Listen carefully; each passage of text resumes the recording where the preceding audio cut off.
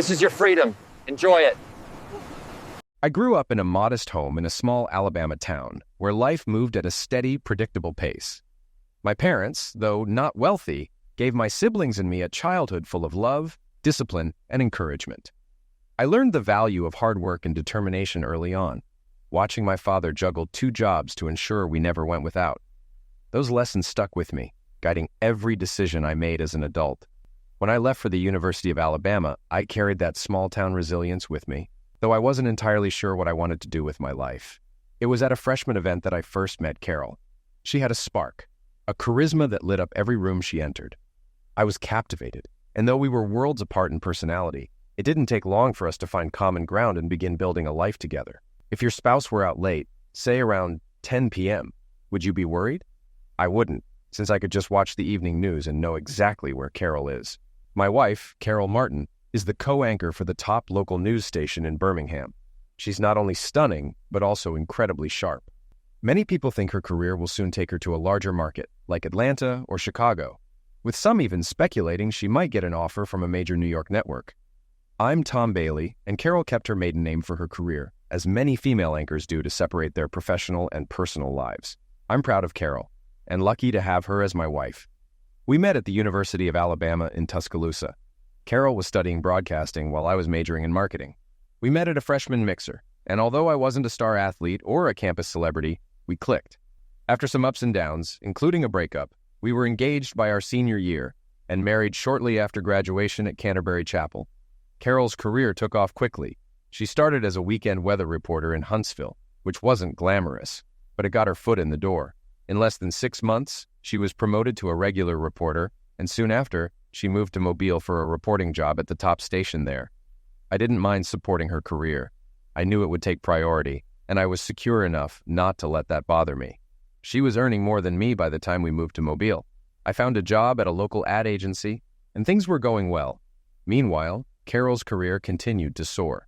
She was promoted from reporter to weekend anchor, and eventually became the co-anchor for the nightly news. When Carol announced she was pregnant, the whole city followed her journey, and when Susan was born, it became a news event. After winning a regional Emmy for a documentary on motherhood, Carol was offered the co-anchor position at WXYY in Birmingham. It was a tough decision to leave Mobile, but we knew it was the right move for her. The transition to Birmingham was smoother than expected. With help from my mobile colleagues and the station, I quickly found a job at a top ad agency, and we settled into a great home in Hoover. Being married to a TV anchor isn't your typical life. In the mornings, I'd leave for work while Carol and Susan were still asleep.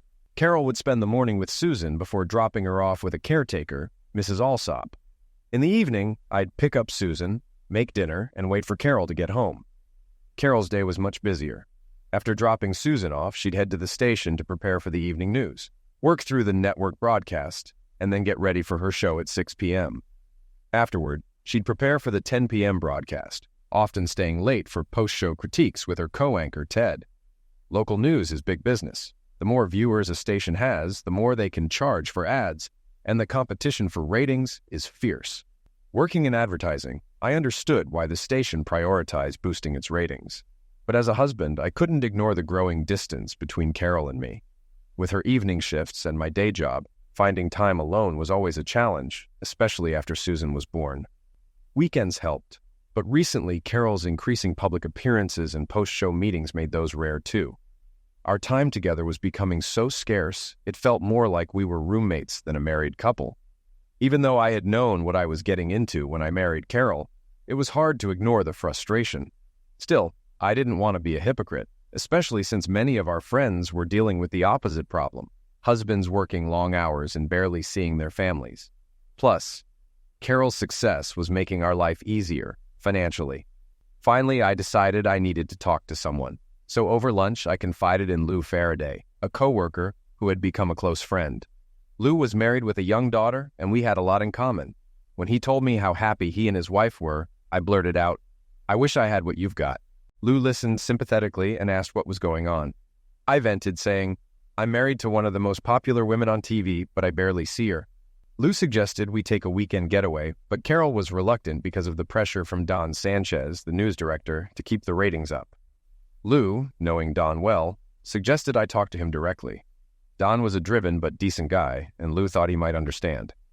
I was hesitant at first, especially about contacting Carol's boss. But Lou assured me it wouldn't interfere with his sales pitch to Don, who was visiting the agency the next day. The idea stuck with me, and later that night, when Carol came home even later than usual, I woke up on the couch to find her asleep without even waking me.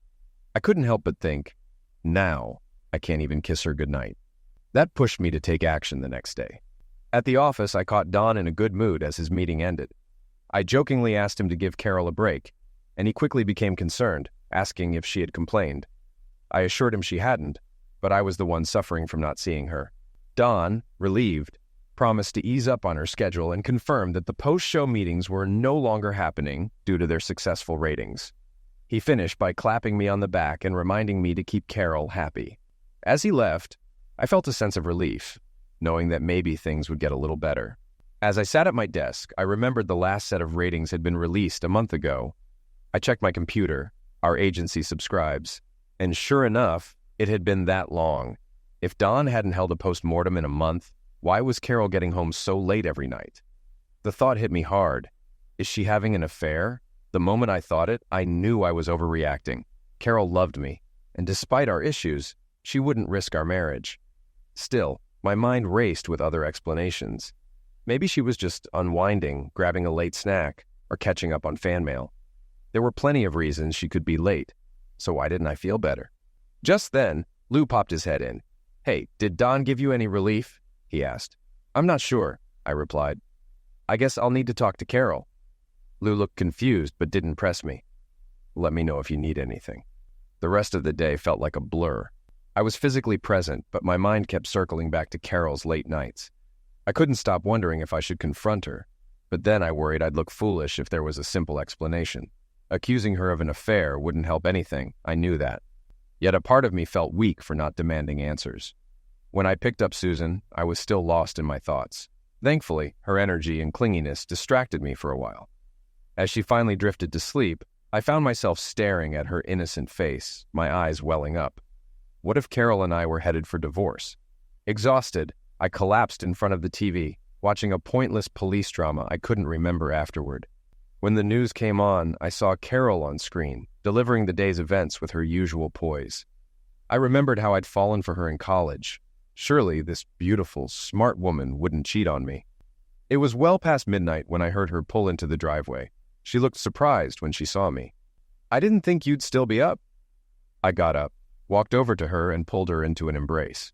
"I just wanted to see you. I've missed you. You're really late tonight." She kissed me quickly and started removing her shoes. "Yeah, Don kept us late again with one of his post-mortems," she said. "I'm exhausted. I'm going to bed." Without waiting for me, she headed upstairs.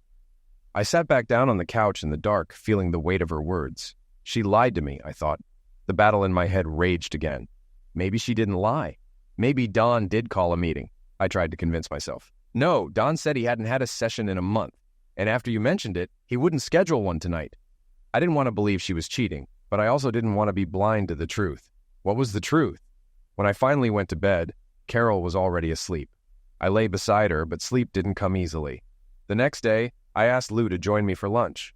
When he saw my expression, he stopped with his usual jokes and just nodded. "Sure thing, buddy," he said, sensing I needed to talk. We drove to a quiet spot a couple of miles from the office, and the ride was silent. Neither of us wanted small talk. Once we ordered, I sat there, unsure where to begin. Lou finally spoke. "It's about Carol, isn't it?" His words opened the floodgates. I spilled all my fears, and Lou listened quietly. When I finished, he shook his head. "I never would have thought this. You two always seem so happy." "Me too, Lou," I muttered. "What are you going to do?" he asked. His simple question made everything clear. I couldn't just keep suffering in silence. "I think I need to go to the station and see for myself," I said. "If I'm wrong, I'll slip away unnoticed, and Carol will never know how insecure I've been." "And if you're right?" Lou asked quietly. "I don't know, but at least I'll have answers. Better than living with doubt. What about Susan?" "I've already thought of that," I replied. "I'll call Mrs. Alsop to keep her late tonight. She's offered before, so I don't think it'll be an issue." We finished lunch, and I returned to the office, still uneasy, but with a plan. At least now I had some action to take. Mrs. Alsop agreed to keep Susan, but asked that I be back by 11 o'clock. That didn't give me much time, but I promised I'd return by then. After work, I went to Mrs. Alsop's to explain the change to Susan. At first, she was upset, but when Mrs. Alsop promised a pizza party, Susan cheered up. I paid her for the extra time and left quickly to avoid any more tears. With hours to spend, I went home and tried to eat, but my stomach was in knots. I cleaned up the kitchen, paced around, and wrestled with doubts. What if Carol came home early? What if I missed my chance to find out anything? The more I thought, the worse I felt. But I remembered my resolve at lunch with Lou. I had to do something. The thought of continuing in this limbo was unbearable. By 10 o'clock, I decided to head to the station. My plan was to sneak in just before the news ended, when there wouldn't be many people around. Hopefully, I could stay unnoticed. When I arrived, I immediately realized my mistake. The night watchman, John, was sitting in the lobby. I'd forgotten about him. He knew me, so I signed in without trouble. But now I couldn't avoid being seen. "Evening, Mr. Bailey," John said. "Come to watch the news?" "Yeah," I replied, signing the logbook. He gave me a strange look. "Everything okay?" "Of course," I said quickly, hoping he didn't suspect anything. I continued to the studio and peeked through the curtains. Carol had just finished the news and was removing her mic. She started toward her dressing room, but then, unexpectedly, she turned down the hall toward the green room. The green room was supposed to be for guests waiting to go on air, but there were never any guests during the 10 o'clock news. I thought that was strange, but when Carol opened the door, I saw a light inside and a man sitting in a chair. The door quickly shut and I heard nothing else. My heart raced. I didn't know whether to confront her or walk away. If it was innocent, like a meeting with Don Sanchez, Carol would never forgive me. But if I didn't find out now, I'd always wonder. I considered barging in, but then I remembered a small observation window in the room where station staff could discreetly watch guests. Carol had shown it to me during a tour when we first moved here. I quickly walked around to that side, checking the time. Damn, it was already 10:45. I needed to be at Mrs. Alsop's by 11 o'clock.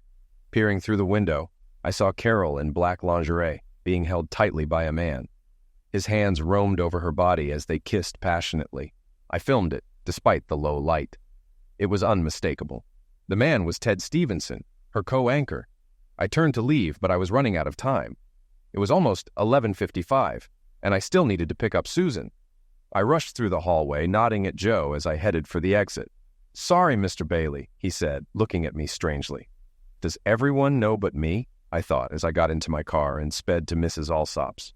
When I arrived, Susan was asleep, and I carried her out, wrapped in a blanket. Mrs. Alsop asked if I was okay, noticing my tear-streaked face. "Oh, it's nothing," I mumbled, quickly thanking her and heading out. On the drive home, Susan didn't wake up. I carried her upstairs and laid her in bed, feeling a deep sense of loss. I grabbed a beer and sat in the dark, feeling numb. The silence was almost suffocating, reminding me of my grandmother's funeral. It was the same emptiness. At 1 a.m., Carol came home. She flipped on the kitchen light and was surprised to see me sitting in the dark. "Tom, what are you doing up?" she asked. "I was waiting for you," I said flatly. "The guard told me you stopped by the studio." "Is everything okay with Susan?" she asked. "She's fine. Mrs. Alsop kept her late. She's upstairs." "Why didn't you come see me at the studio?" I steeled myself. "I saw you tonight. I saw you go into the green room with Ted Stevenson." "Oh, we were just having a meeting after the news." I didn't hold back. "Carol, I saw everything. I watched through the window. You were with him. I saw the new lingerie you've been hiding from me." She looked guilty, but tried to apologize. "Tom, I'm so sorry. Are you sorry for doing it, or just sorry you got caught?" "I didn't want you to find out this way," she said quietly. "Are you going to leave me for him?" She dropped to her knees, grabbing my hands. "No, honey, don't think that. I'm not leaving you. This is just a fling. It'll be over soon, and we'll be fine." I couldn't believe what I was hearing. "It'll be over soon? You're going to keep doing this?" "It doesn't mean anything. It's just a chance for me to experiment with Ted.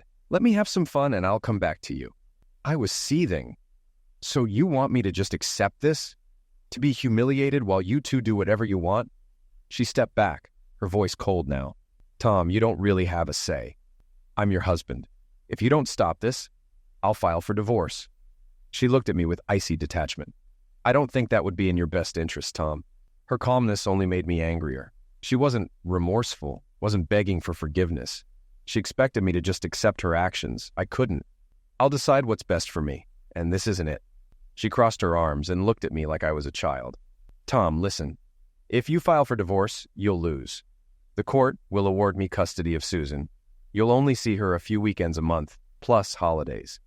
I'll get the house, and even if there's no alimony, you'll still pay child support. But you're the one who cheated, I shot back. Tom, this is a no-fault state. The court doesn't care about that. It's about what's best for the child. And in this case, the mother always gets custody. She paused, then added, if you don't believe me, talk to a lawyer. You'll see I'm right. Her tone softened. I don't want this either. I want our family to stay together. This affair doesn't have to destroy us. Just think about it. She kissed me on the top of the head. Think about it, Tom. I'm going to bed. And she headed upstairs. I don't know how long I sat there. My mind raced with emotions, anger, disbelief, sadness, and fear. I had no idea what to do. Carol's betrayal was unimaginable, and her suggestion to continue the affair was even harder to accept. Eventually, I dragged myself upstairs and fell into bed, exhausted. Despite being drained, I woke up at 6 a.m. My mind raced with impulses to run away, confront Carol, or even take Susan and disappear. But when I looked at my daughter, sleeping peacefully, I knew I had to stay strong for her. I couldn't let my emotions ruin my chances of keeping her. So I went through my usual routine and headed to the office. I got through the morning mechanically, but once I sat at my desk, I was completely drained and put my head down. Tom? It was Lou. Are you okay? He came into my office and closed the door. What happened? I couldn't stop myself. I told him everything. The affair, Carol's response, everything. He was shocked, especially by Carol's attitude. Damn, she really thinks she can just keep doing this and you'll accept it. After I finished, Lou said, Tom, Carol's changed. I don't know why, but she's not the same woman anymore. You can't keep trusting her. You need to start looking out for yourself. He stood up. First thing you need to do is talk to a lawyer. You can't just take her word for it. I don't know any lawyers in Birmingham, I said. Lou grinned. I got you covered. My college roommate's a lawyer here. Let me make a call. He came back with an appointment for 1 p.m. You're all set. Here's his info. Thanks, Lou. At least I have something to do now. The meeting with the lawyer didn't go as I expected. After hearing my story, he explained the law. In a divorce, there's no more blame game. It's now a no-fault state, meaning the court doesn't care who did what. They just divide assets and figure out what's best for the kids. Okay, I said. But what does this mean for me?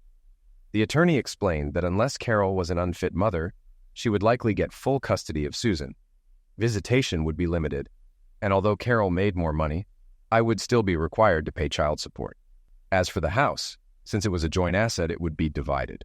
However, the court prioritizes the child's stability and would likely let Carol stay in the house until Susan turned 18. After that, we would sell the house and split the equity.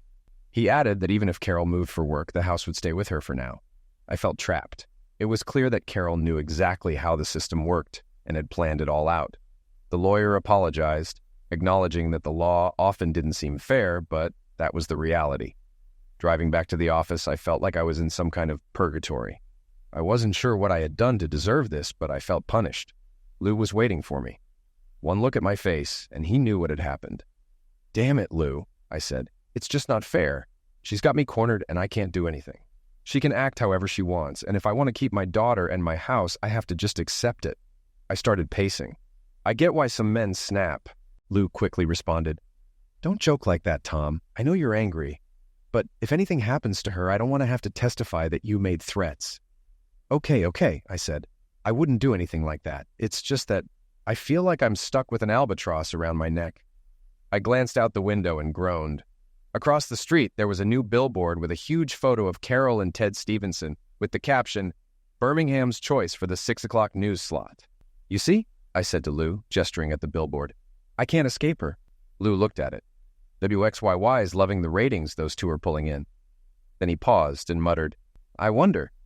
Turning to me, he asked, How desperate are you to get out of this mess? Not desperate enough to commit a crime, I replied. No, we're not doing anything illegal. But I have an idea that might just work. For the next hour, Lou and I talked. I told him he was crazy and pointed out all the risks. Even if it worked, Carol could retaliate with a divorce, and things could get worse. Lou kept asking, So how much worse off would you be? After a while, I realized I had no other choice. I couldn't keep living like this. Okay, Lou, I'm in. That afternoon, I left the office feeling committed, but doubt soon crept in. As I drove to pick up Susan from Mrs. Alsop's house, I wondered if I was making a huge mistake. Would I lose Susan if I followed through? Was it better to just live with it, accept Carol's affair, and keep my family intact? Doing nothing seemed like the safer option. My stomach churned as I got home and prepared dinner. I couldn't even bring myself to turn on the TV, not wanting to see Carol and Ted on the news after what I had witnessed. Just as I was putting Susan to bed, I heard Carol's car pull up. I was surprised. She wasn't supposed to be doing the 10 o'clock news. But there she was, carrying Susan upstairs and reading her stories.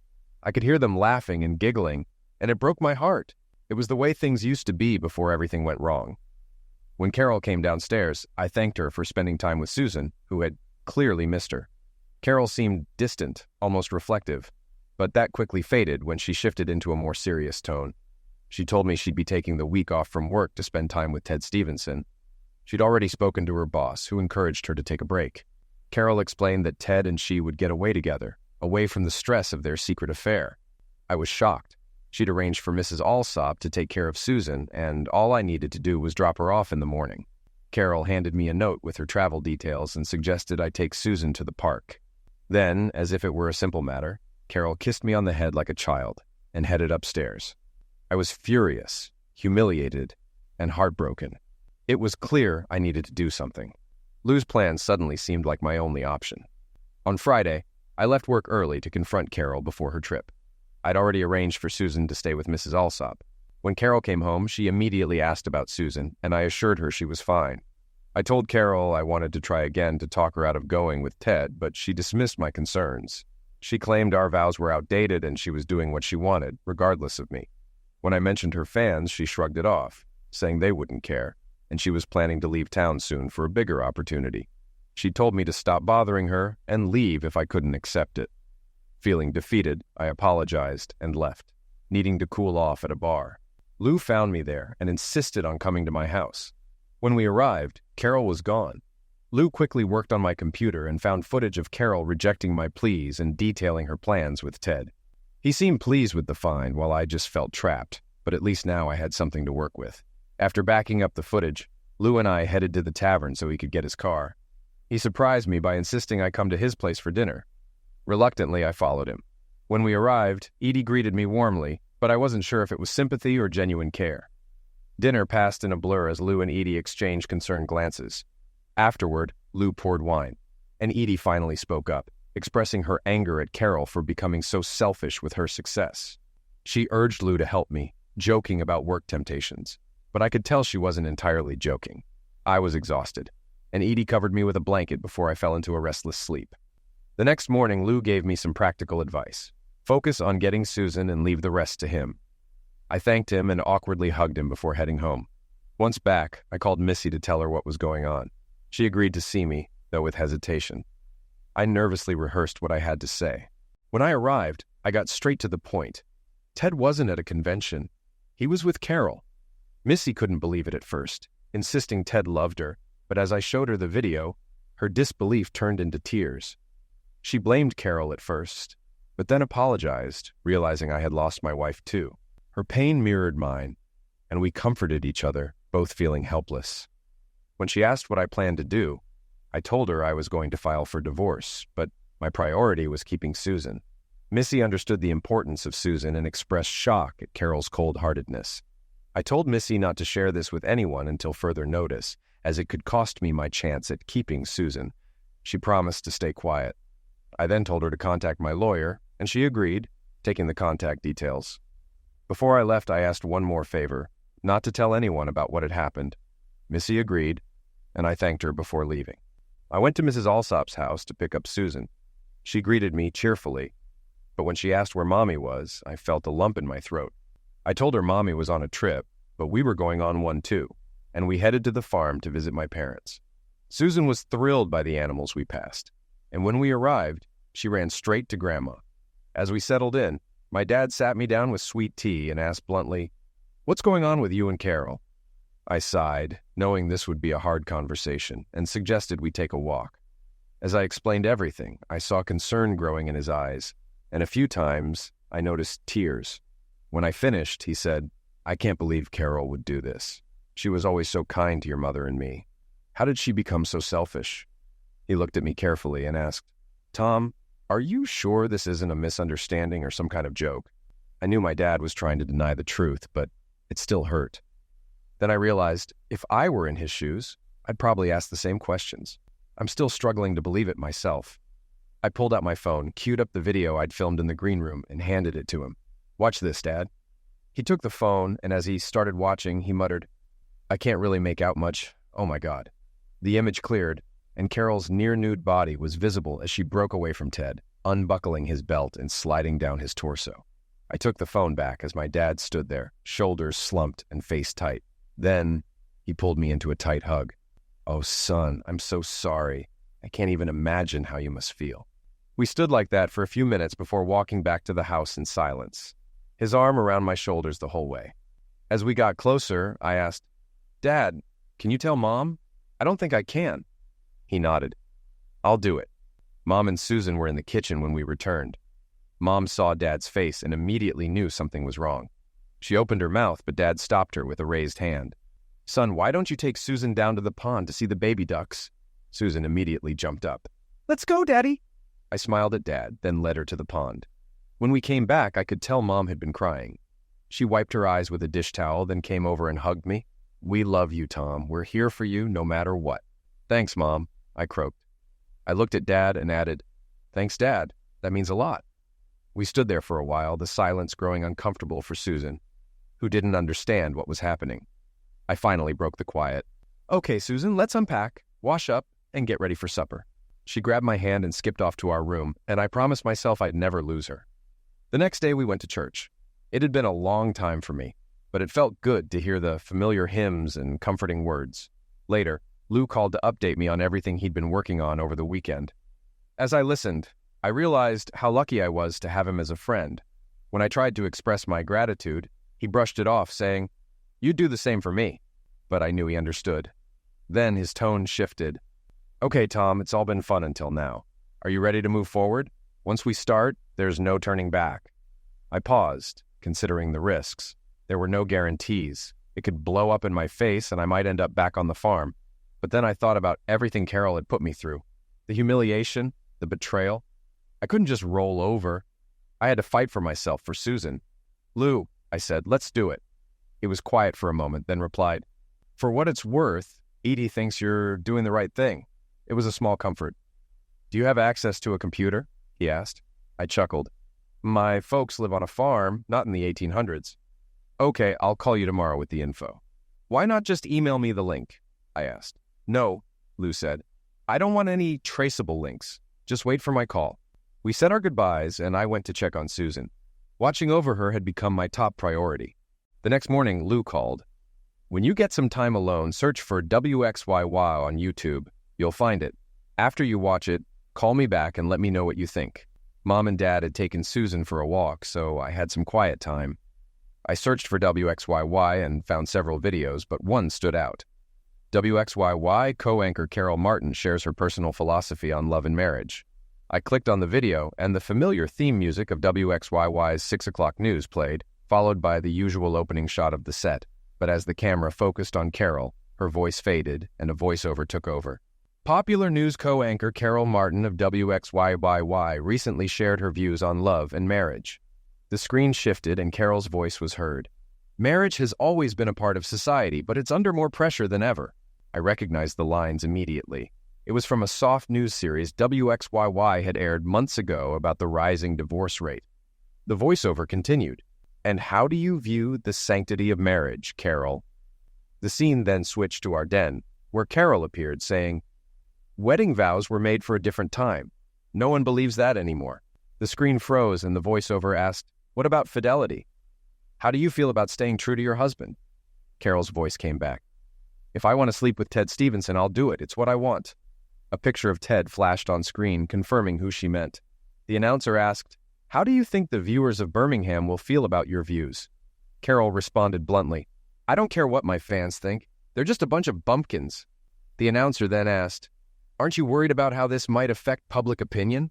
Carol shrugged. "In a year, I'll be in a real city where they don't roll up the streets at night. What people think here doesn't matter." The voiceover continued without judgment. "So, You're pursuing a relationship with your co-anchor, Ted Stevenson? Carol answered. Yes, I'm going to have my fling with Ted, and there's nothing anyone can do about it. The scene shifted to the video I'd taken in the green room. Carol was with Ted, their figures now clearly visible. Carol sank to her knees and began to undress him. The screen froze on the image, and the final voiceover asked, "Now, the only question left is, where are Carol and Ted this week?" The news theme played again, and the video ended. I sat back feeling a strange mix of triumph and sadness. I called Lou. He answered quickly. "So what did you think?" "Oh, Lou, you're a genius. This is going to be devastating. That video will ruin her career." "I'm proud of it," he said with a grin. I hesitated. "Do you think we went too far?" He was firm. "Did she or did she not say those things to your face?" "Yes," I said, "but—" "No buts," Lou interrupted. "She's turned into a monster, and we need to expose that." His tone softened. "Tom, you're a good guy, but you need to think about Susan. If you don't act, she's going to grow up thinking Carol is a good role model. Is that what you want?" I swallowed hard. "You're right, Lou. There's no other choice. Thanks for helping me stay focused. Now, what's next? Do we send mass emails with a link?" Lou laughed. "No need. Once the video's out, it'll spread on its own. I might nudge a few people, but the rest will take care of itself. Just be patient." "Got it. Just keep me updated." For the next few days, Susan and I enjoyed our time at Mom and Dad's farm. Susan had been there before, but now, with a whole week to spend, we showed her how things worked on a farm. She loved learning where food came from and how to cook with Mom. Back home, our meals were quick and simple, but Mom made everything from scratch. Susan loved helping her in the kitchen, mixing ingredients in big bowls. Meanwhile, Lou kept me informed about the video's growing buzz. By Tuesday, Edie had heard about it from a colleague. By Wednesday, it was the talk of Lou's Kiwanis meeting. He swore he hadn't been the one to bring it up. Thursday's newspaper featured a brief mention of the video in the local media columnist's column. She ended with, "The big question in Birmingham this week is, where are Carol and Ted?" When Lou called that afternoon, he couldn't hide his excitement. "I spoke to our contact at WXYY's media department. The whole station is in panic mode. News outlets are calling for interviews with Carol and Ted, and WXYY doesn't know how to respond. Plus, Don Sanchez disappeared this week and they can't find him." On Friday, Lou pointed me to a post on Gawker.com, which covered the stir in Birmingham surrounding Carol and Ted. The article included the YouTube link and speculated that heads would roll. That morning, I called my attorney to move forward with the divorce and arranged to have Carol served on Saturday at the Gulf Shores retreat where she and Ted were staying. It cost extra, but it felt like a guaranteed bet, thanks to Lou's next move. I also informed Missy about the divorce and Carol's impending service. I asked if she wanted Ted served at the same time. She calmly replied, "No, I'll handle that myself when he gets back." I wished her luck. Birmingham's rival TV stations, envious of WXYY's success, quickly caught wind of the gossip. When they checked out the video online, they knew they had a story. Lou tipped off a producer at the second highest rated station about my divorce filing, giving them a legitimate news story to cover. My attorney raised the stakes. When a reporter called to confirm the divorce, my attorney let slip the time and location of the service, setting off a media frenzy. The station decided the story was too big to ignore, coordinating with the process server. They also sent a crew and lead reporter to Gulf Shores on Saturday. Saturday morning, Lou called with more updates. Don Sanchez is finally reachable, cut his vacation short. He's trying to get back to Birmingham as fast as possible.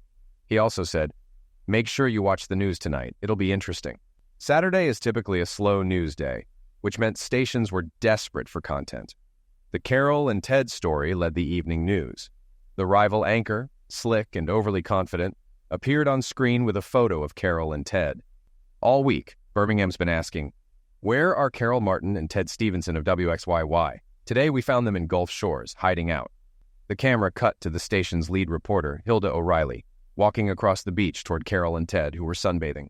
The couple didn't hear her until she loudly asked, "Carol Martin, Ted Stevenson, what do you have to say about your relationship and the rumors in Birmingham?" Carol let out a surprised shriek as she turned, revealing she had been sunbathing topless. Flustered, she quickly covered up her bosoms, which were blurred on screen for FCC standards. As she reached for her lingerie top, the camera revealed her thong-style lingerie bottom. The shot shifted to Ted, scrambling to cover himself with a beach towel, his tiny Speedo barely concealing him.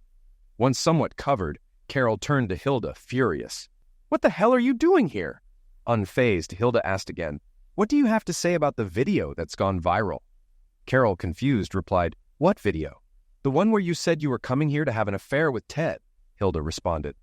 Before Carol could respond, Ted tried to distract from the situation, but everything paused when a man in a suit appeared on the beach, walking straight toward Carol.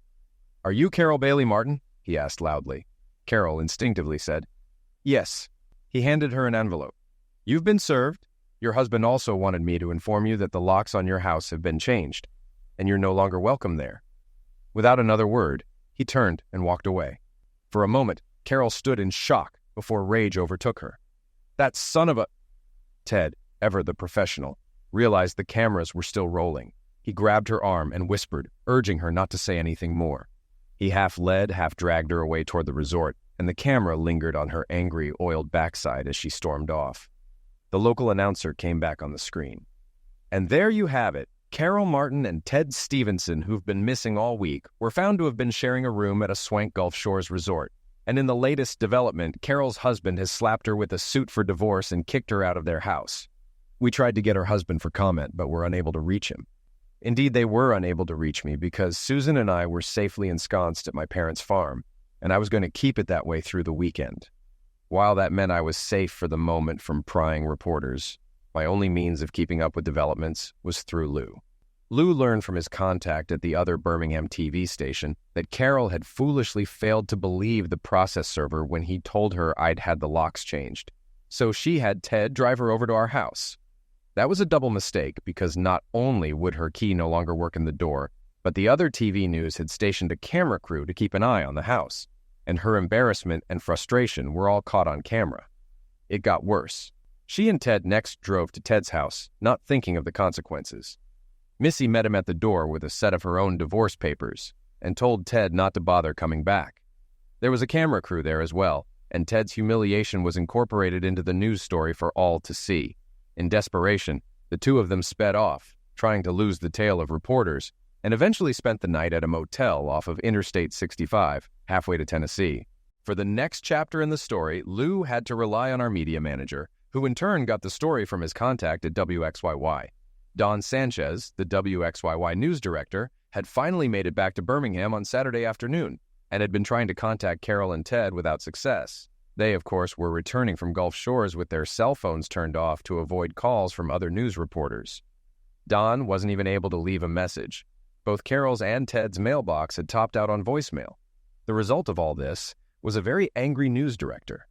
His temperament was not improved when someone showed him a recording of his rival network's Saturday evening news exclusive. It wasn't until Sunday afternoon that Ted thought to call into the office, at which time Don summarily ordered the two co-anchors to come to the studio immediately. The two of them hopped back in Ted's car and immediately set out for the WXYY studio. When they arrived, they found the remote broadcast van from their rival station parked across the street, so they had to drive around to the back of the building and sneak up the service elevator. The result of this little maneuver was that they walked headlong and unannounced into a meeting Don was holding with the rest of his staff. Apparently, the shouting began immediately, with Don lambasting the pair for their stupid, promiscuous behavior, and Carol and Ted attempting to defend themselves.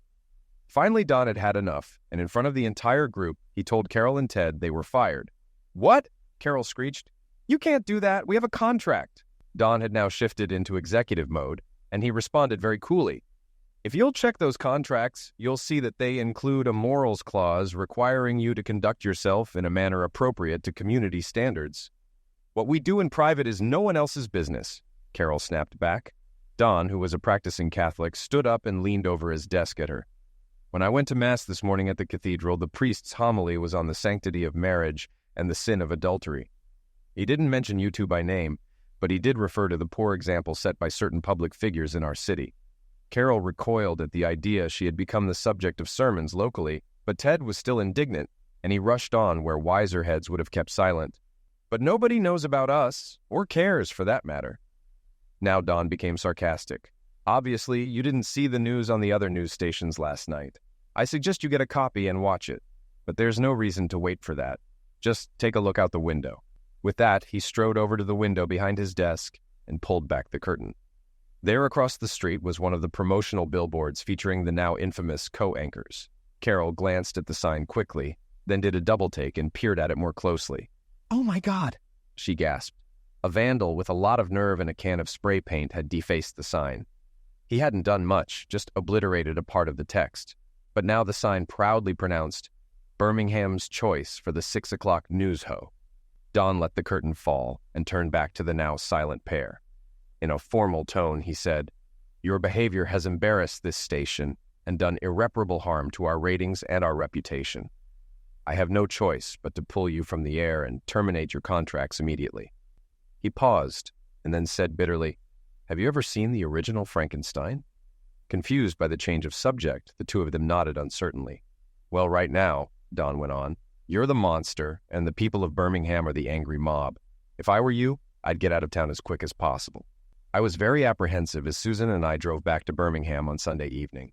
I deliberately left late in hopes of avoiding any confrontations either with Carol or the news media. As a result, I had heard the news about Carol's and Ted's dismissal on the Sunday evening news. But as I pulled up to our garage, it appeared that, having won a famous victory, the opposing news teams had decided to leave the field of battle. I also caught a break the next morning when the Birmingham News headlined a new scandal about a city politician caught dipping into public funds. That story pushed Ted and Carol onto the back pages and started the reporters on a new witch hunt. Apparently, no one cared about the reaction of the irate husband anymore. I took Susan over to Mrs. Alsop's house that morning. When I got there, Mrs. Alsop greeted me at the door and wrapped her arms around Susan protectively. "Go on in, honey," she said to her. "My kids have missed you. They want to play." When Susan had run off to join her little friends, Mrs. Alsop turned back to me with a sympathetic look. "I was so sad to hear of everything that's happened, Tom. I hope you and Susan are going to be okay." I thanked her for her sympathy, but I really didn't have an answer to the question about how things were going to work out for us. I did think it was telling that she hadn't included Carol in her concern. When I arrived at the office, the atmosphere was polite but distant, as if I had something contagious. Everyone seemed to avoid me, except for Lou, who greeted me warmly with a hug. I thanked him for his role in the successful viral campaign, though we both knew it could never be revealed. A few days later, my lawyer called to let me know that Carol had decided not to contest the divorce. She had originally threatened to take legal action against me, but after consulting with her attorney, she backed down. Her lawyer had explained that suing for invasion of privacy, especially involving a public figure, would be complicated and likely take years to resolve. Carol's public image was also working against her, making it hard to find a sympathetic jury. As for custody of our daughter, Susan, my lawyer reassured me that Carol had no chance of winning. Carol was unemployed and facing a ruined reputation, while I had a steady job and a stable home. Carol agreed to give up custody and only requested visitation on holidays and birthdays. She would leave town and sign the necessary papers. It felt like a weight had been lifted. While part of me wished things could go back to how they were before, I had to accept that the damage was done. At least I would have Susan. The next evening, Lou, Edie, and I gathered to reflect on everything that had happened. Susan was sleeping in one of their beds, and we used the time to unwind and toast to our success. Edie acknowledged how risky our plan had been, but she understood we had been fighting for something much bigger than ourselves. Before I considered the chapter closed, I felt I needed to check on Missy Stevenson, who had been an innocent bystander in all of this. I called her, and we met for lunch. Missy admitted she was struggling with the aftermath of her own broken marriage, feeling betrayed and humiliated. Ted, her ex-husband, had left town without facing her, leaving her to pick up the pieces. Missy was also dealing with financial uncertainty. She had been left the house, but it was too big for her to manage on her own, and the mortgage was a heavy burden. She wasn't counting on Ted to pay alimony, as he was unemployed and had made no effort to help. Missy planned to move in with her parents, find a job, and start over, though she couldn't help but mourn how different her life had turned out. In the end, things had worked out better than expected for me, but it was clear that no one came out unscathed. I felt awful for Missy. She was a kind person who didn't deserve any of this. I asked her to stay in touch and let me know where she ended up. I genuinely hoped she'd catch a break. She deserved it. That left only Carol's visit, which I wasn't looking forward to. Most of the anger I'd felt before had faded, especially after the success of the viral campaign. I felt like I'd regained some dignity, and I no longer felt the need to fight or gloat. Instead, I decided to make the visit as pleasant as possible. I made sure Susan was with me when Carol arrived. Carol's scowl softened as soon as she saw Susan running toward her, and they shared an emotional hug. Carol mouthed a silent thank you to me as I watched them reconnect. Carol spent a while playing with Susan, and I didn't feel rushed, even though the visit was meant to last an hour. When Susan ran out of things to share, Carol asked her to go play upstairs. Once alone, she grudgingly thanked me for allowing the visit, then quickly shifted to anger. She blamed me for using our private conversation to ruin her life and embarrass her publicly. I sighed and told her there was no point in continuing the fight. It wouldn't help either of us. Carol was furious, accusing me of ruining her life to protect my ego. I calmly told her that she had brought this on herself by choosing to pursue her own desires without considering the consequences. She opened her mouth to argue, but Susan called out for her, so she went upstairs to be with her. After a while, Carol returned downstairs with Susan and her suitcases. Carol knelt down, holding Susan's shoulders as she tried to explain that she had to leave and wouldn't be able to see her every day. Susan clung to her mother, crying, begging her not to go. Carol held her tightly, trying to comfort her, before passing her to me. "Be good for your daddy, sweetie. I love you," she whispered, then left quickly, her tears hidden as she packed her car and drove away. I stood holding my sobbing daughter, feeling the weight of the situation. It wasn't just my daughter losing her mother, it was me losing my wife. I set Susan down and suggested we go to the park to see if the ducks were there and maybe get ice cream. Susan perked up immediately, and for a moment, I felt relieved to distract her from the sadness. I hoped she'd adapt quickly, as children often do. I wasn't sure if I would, but I had to try. The next week, I got a call from the head of the agency. He praised my work, but said that the fallout from my divorce was affecting the agency's reputation. Clients were asking about Carol, and it was creating tension with key partners like WXYY. "Are you firing me?" I asked bluntly, already knowing where this was going. "No," he said quickly, "but we've talked with the executives, and it might be best for both you and the agency if you find a new job elsewhere." "How much time do I have?" I asked, frustrated. He reassured me there was no rush, but offered a glowing recommendation letter to help with my job search. I wasn't happy about it, but I knew I couldn't burn any bridges. I shook the boss's hand, thanked him for the recommendation, and assured him I understood. Then, I headed back to my office. On the way, I stopped by Lou's office. When he asked what was going on, I told him I'd been let go. The fallout from our viral campaign had been too much for the higher-ups. Lou immediately got angry and wanted to confront my boss, but I talked him out of it. I didn't want him to get involved. We ended the conversation with me promising to join him for dinner Saturday, bringing my date, who was 4 years old. Lou was surprised, but I quickly explained. Back in my office, I started updating my resume. It hit me. Missy wasn't the only one caught in the fallout. I reached out to contacts at other agencies in Birmingham, but the damage was done. Everyone liked me personally, but the scandal had made me untouchable. I realized it was time to broaden my search.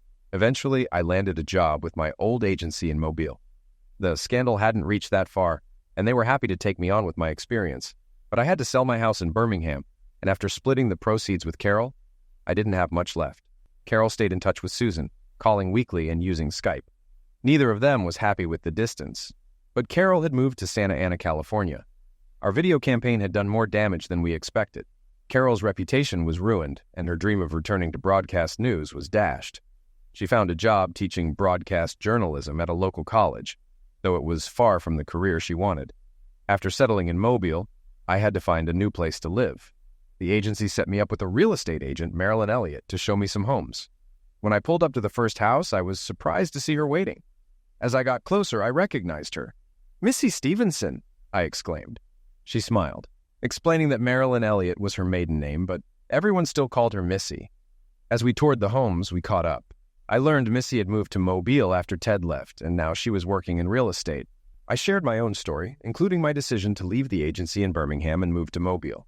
When I mentioned Susan and finding a preschool, Missy eagerly suggested some places and activities for her. I was grateful for the help. By the end of the day, I found myself asking Missy to dinner to discuss the homes we'd seen. She agreed, and as we talked, I found myself genuinely enjoying her company. I had never really noticed Missy before.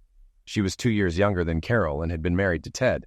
But now, I found her not only attractive, but refreshingly down-to-earth and easy to talk to. When the conversation shifted back to the houses, I asked Missy which one she'd recommend. To my surprise, she pointed to a more modestly priced home, not the most expensive one. "Why that one?" I asked. Without thinking, she said, "That's where I'd want to live." She immediately blushed, realizing what she had said. I couldn't help but think, that might be nice. Missy and I eventually got married, and yes, we moved into the house she liked. I had been worried about how she and Susan would get along, but my concerns were unfounded. Missy had always wanted a family, but Ted never did, so when she met Susan, they bonded instantly.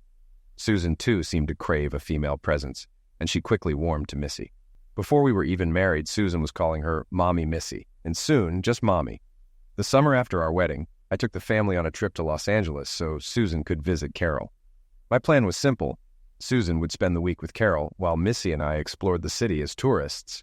I was nervous about asking Missy, knowing it couldn't be easy for her, but she surprised me by saying, "I think that's a wonderful idea." When we arrived in California, Carol met us at the airport. Though I'd seen her many times on Skype, I hardly recognized her.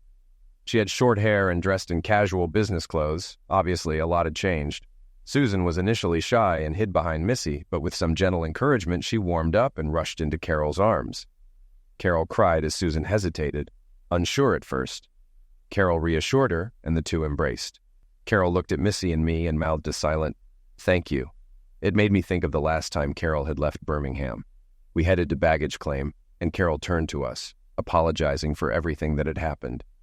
She explained how therapy had helped her see how her pursuit of fame had hurt everyone around her, especially us. "I don't expect forgiveness, but I hope you won't hate me," she said. Missy and I exchanged a look and hugged Carol, feeling a weight lift off us. After our trip, I called Edie in Birmingham and, after catching up, asked to speak to Lou. I told him, "Once you were willing to take a chance on me, how about doing it again?" He was confused, so I explained, "How about quitting your job, moving here, and starting Bailey and Faraday Advertising?" Lou chuckled. "Only if we changed the name to Faraday and Bailey." We laughed and started making plans. Lou wasn't happy at his current job, so my timing was perfect. We got him and Edie settled in Mobile, and Missy helped them find a house, refusing to take a commission to make it more affordable. Soon after, Lou and I pitched our services to a potential client, who seemed impressed. "I'm thinking of trying something different, maybe a viral campaign. Could you handle that?" he asked. Lou and I exchanged smiles. "Yes," I said, "we can handle that."